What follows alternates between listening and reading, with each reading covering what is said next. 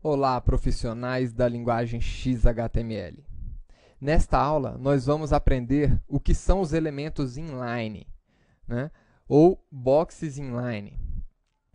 Mas antes, vamos abrir o nosso diretório, onde nós criamos a nossa última aula, né? Na aula 3, nós criamos aqui um texto, né? Onde nós acabamos conhecendo aqui a tag H1, a tag H2, nós descobrimos que ela vai até a tag H6, que são usadas essas tags para indicar o que é um título e um subtítulo em um documento HTML. Nós utilizamos aqui, nesses blocos, as tags P, que indicam os parágrafos, né? E utilizamos também as tags BR para fazer essas quebras de linha aqui. O que é que nós vamos aprender hoje? Hoje nós vamos conhecer um pouco mais, né, o HTML. Vamos ser apresentados aqui para novos elementos do HTML. Então, para isso, para a aula de hoje, eu vou copiar esse arquivo. Percebam que nós já indicamos algumas formas diferentes de criar arquivos HTML. Então, como eu quero aproveitar esse arquivo HTML, eu vou copiar esse arquivo e vou colar aqui, né, mudando aqui o nome do arquivo.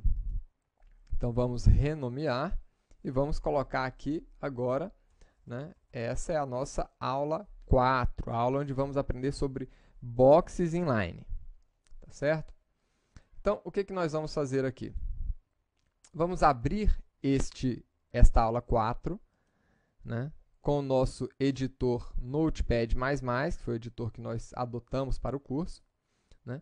Percebam aqui que as outras aulas ele está mantendo aqui nas abas, então nós poderíamos estar fechando essas abas aqui. Mas vamos fazer uma revisão rápida. O HTML sempre vai dentro das tags HTML, né? Nós temos a tag head e title, são obrigatórias, né? E temos a tag body, que é onde nós colocamos o corpo do documento. Então, para esta aula 4, vamos alterar aqui o título da nossa aula, né?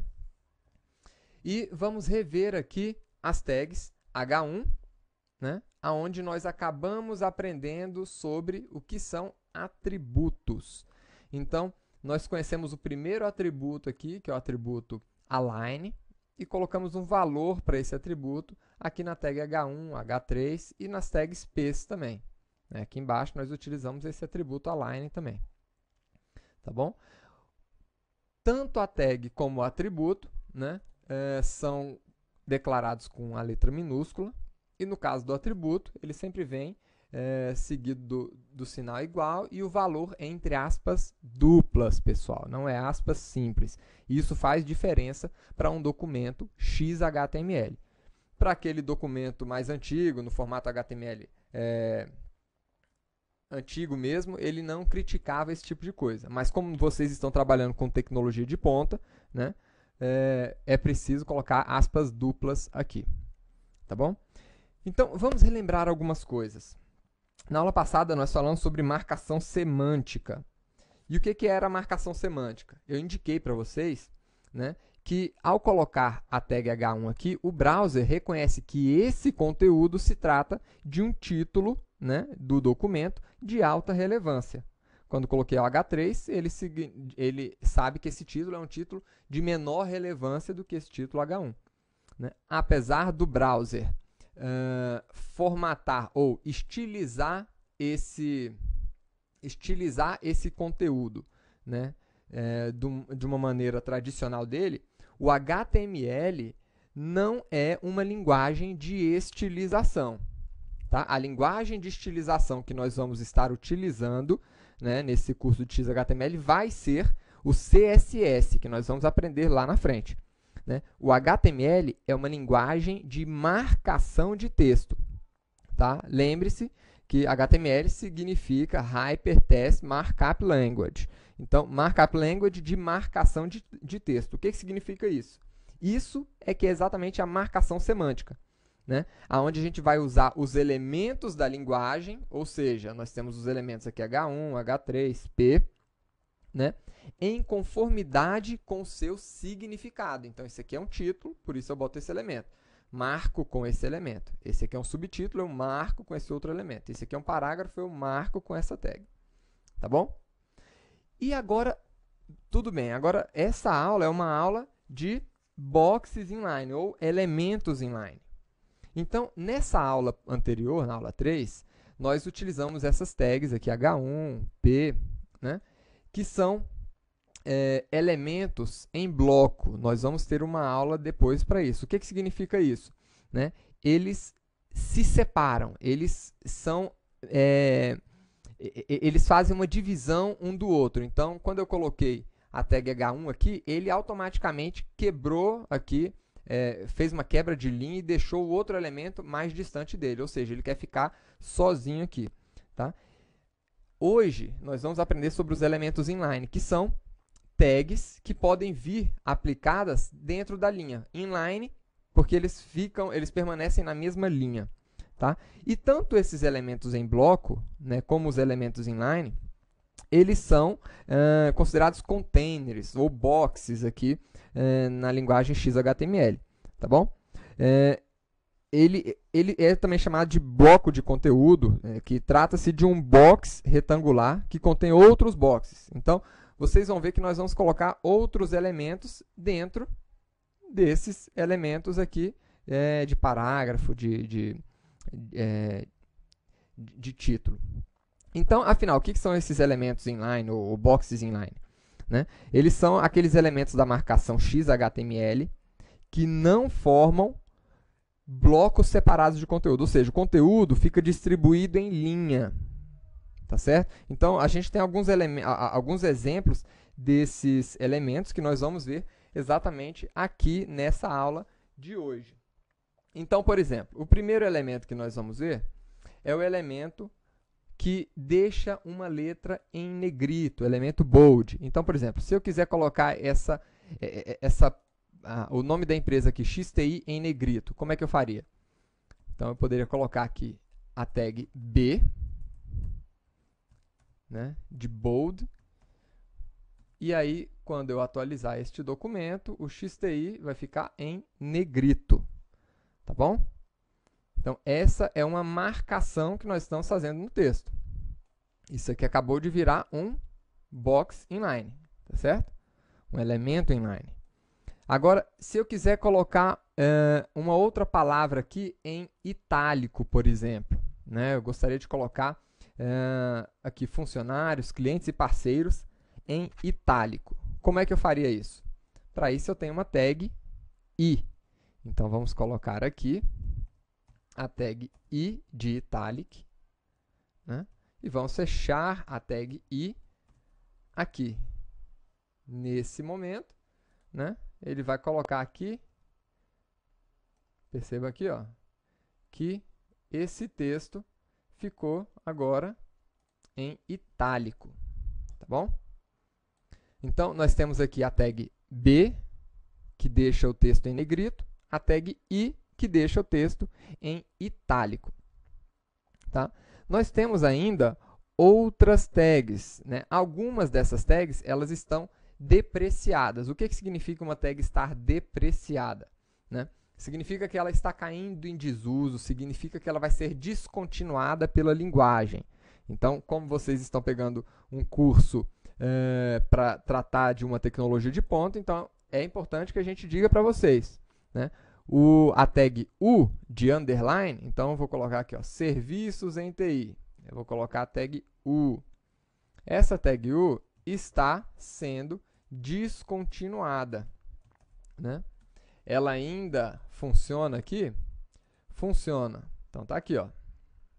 Mas ela está sendo descontinuada. Ou seja, não é interessante que a gente continue utilizando ela. Como é que eu faria para colocar essa marcação, esse texto sublinhado? Quando vocês estiverem aprendendo CSS, vocês vão aprender. Tá? Agora, nós temos outras tags aqui, por exemplo. Vamos escolher aqui uma palavra qualquer, tá? Através. Eu vou colocar aqui uma marcação del. Então, vocês já devem até imaginar o que esse del deve fazer. Né? essa marcação del indica que esse trecho, né, que esse conteúdo está sendo excluído. Então, olha aqui, ó, através, ele marcou com uma linha sobre o texto, né? Então, essa é uma marcação que indica que esse trecho do texto é um trecho que está sendo excluído. Tudo bem, olha só, nós já estamos aprendendo aqui a tag bold, a tag U, né, de underline, que está depreciada, né? Em inglês, depreciado eles costumam chamar de deprecated, tá? Então, essa é uma tag que a gente não deve utilizar mais.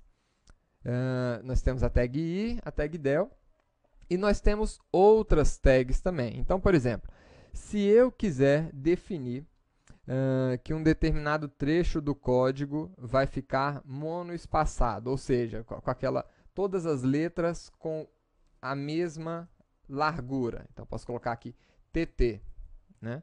Então, vou colocar aqui TT, que significa aqui que é um texto com fonte teletipo, né? Ou como eu disse para vocês, uma fonte monoespaçada, né? Ela é meramente aqui para apresentação mesmo, mas se eu coloco essa tag aqui, então vocês vão ver aqui que tanto a letra I, né, como a letra S, elas estão ocupando o mesmo espaço, né? Se a gente não estivesse utilizando esta marcação, elas estariam ocupando aí espaços diferentes. Então, vamos dar uma olhada aqui, por exemplo.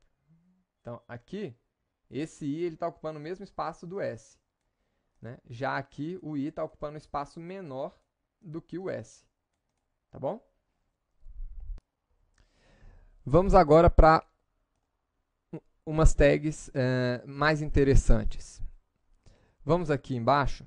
Nós temos, por exemplo, aqui a tag segunda-feira. Então, eu gostaria de colocar aqui, por exemplo, senhora e segunda-feira, né, marcado aqui acima.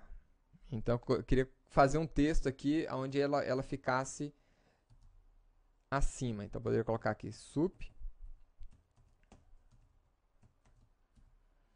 E aí vocês vão ver que ele marcou o RA aqui da senhora, né, um pouquinho mais para cima. Nós podemos fazer isso aqui com o A da segunda-feira também.